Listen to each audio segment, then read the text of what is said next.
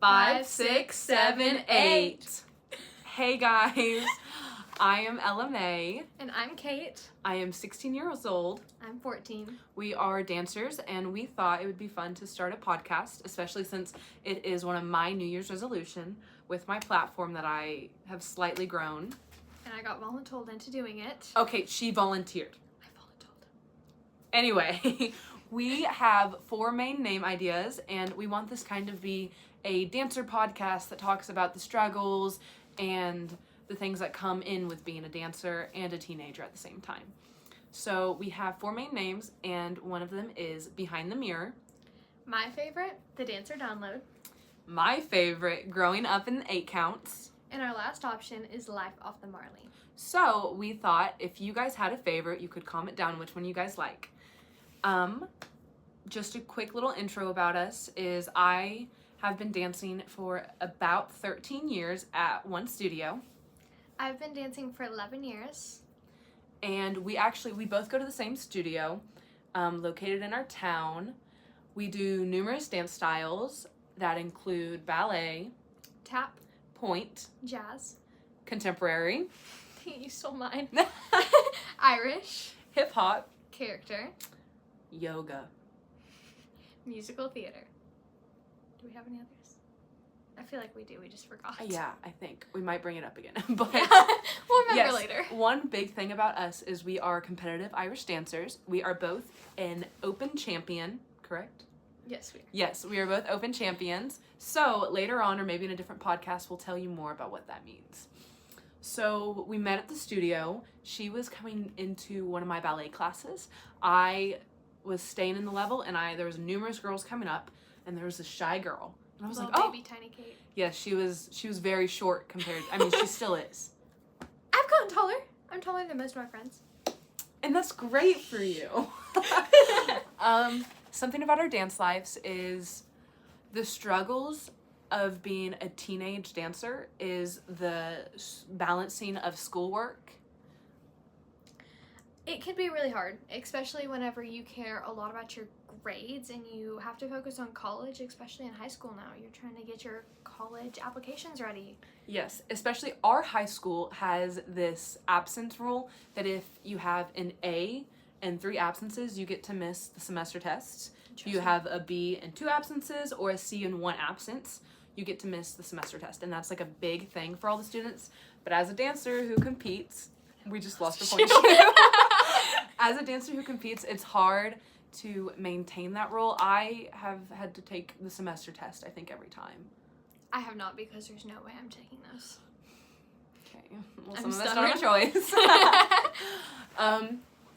Another thing is the pressure of comparison. We have, I think, 4 dance studios in our town, and so the competitiveness at school as well of trying to prove whose dance school is the best is another big thing. It can get crazy sometimes. Yes, especially on sports teams and dance teams.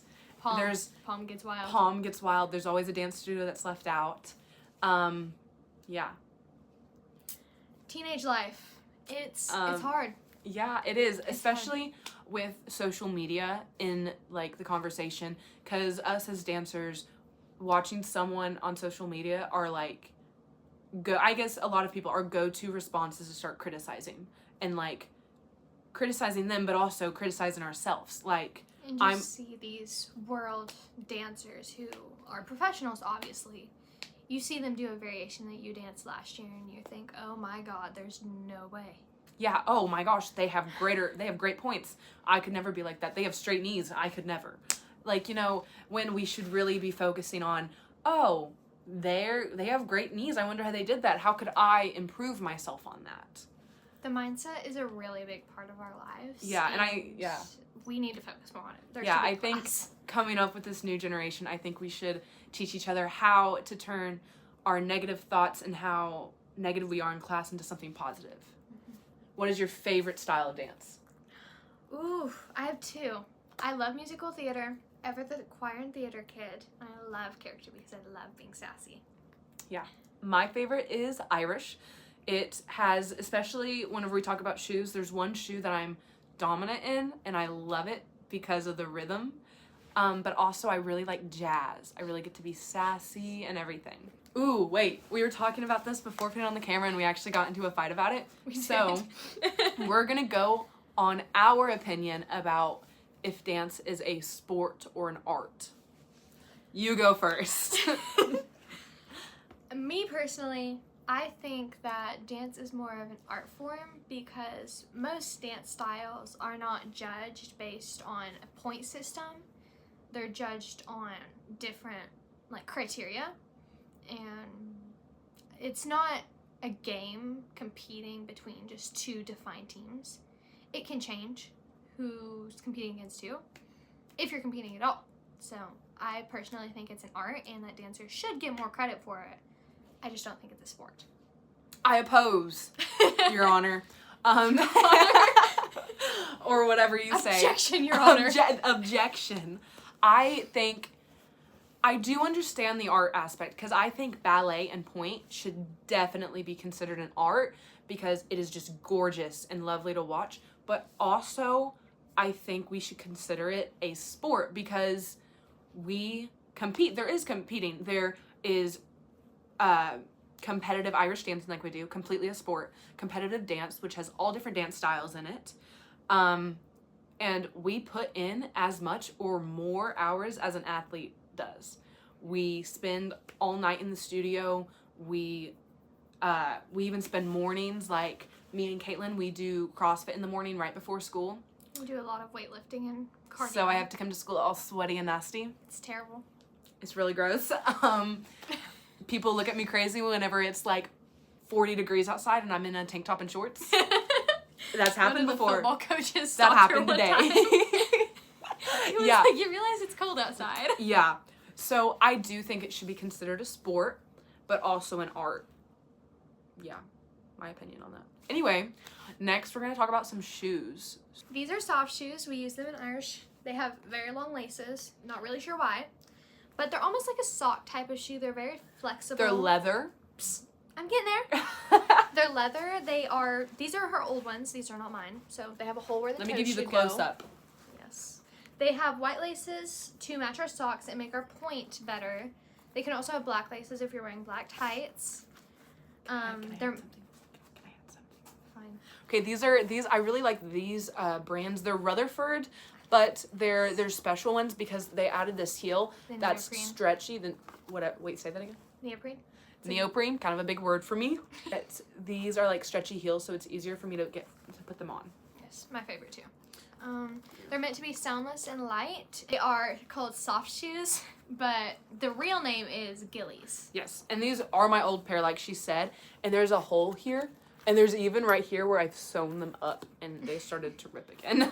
A lot of dancers will, if you're really crazy and into it, you'll get little buckles to put on them.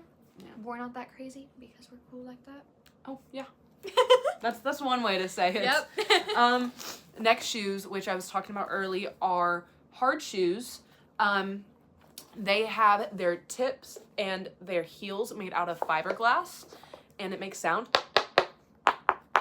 And there's even toes right here, kind of almost like a point shoe that we balance on whenever we're dancing. And so the hard thing about these is to get them whenever they come, they're completely stiff and you have to work it out the toe and everything. So in these shoes, they are very rhythmically, and I am great with rhythm, so that's why they're my favorite. Yeah. I'm a soft shoe girl. I'm a very flowy dancer. I'm a hard shoe girl. Okay. What if I like point? Well, I'm into hard shoes. Well, What's up of hard shoe? Awkward silence. Yes, these are these are also Rutherfords, and I've really danced out the bottom of the front, and I even have a hole here because I danced it through. One time. Point shoes. These are tied together for some reason. So That's because I put them that way. they come very new and noisy, and then as they die, they start to get soft and squishy, like these are. Ella danced on these a lot. Yes, I did, and yeah. You have bobby pins in here. I do have bobby pins in there. So whenever you first get them, they do not have the laces on them. You sew those laces on yourself, and dancers Which have I'll show you though. all different ways of sewing the point shoes and how they want to see do it. that. Whether they put elastics on it, which is like a little loop that would go across the top, or they just put ribbons on it, and the type of ribbon depends on your preferences. It's a lot more effort than it should be. Yes, and on my shoes, I use a crossing sew, so I do like X's with it. And the most popular at our studio to sew with is what is it called? Dental floss, because it's way stronger than regular. I use wax thread.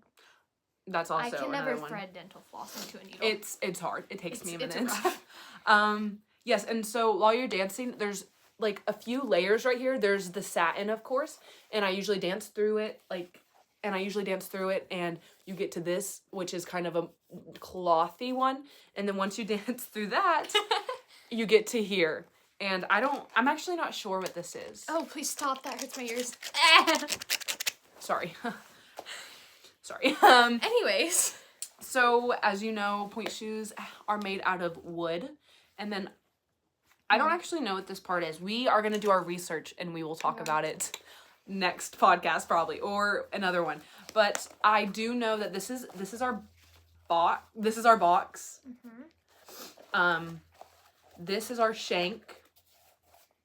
Ooh, you got good ones. You can see the different layers of what goes into it. So there's like a bunch of different layers right here that makes this part the shank. Right, this is the shank. Yes. This is the shank. I hope we are right. If you are a ballet dancer and watching this and we got this wrong, I'm so sorry. Please correct us. We don't do very much shoe vocab. We really don't. We just stick them on and dance. Yeah, really. So, this is the end of our first podcast.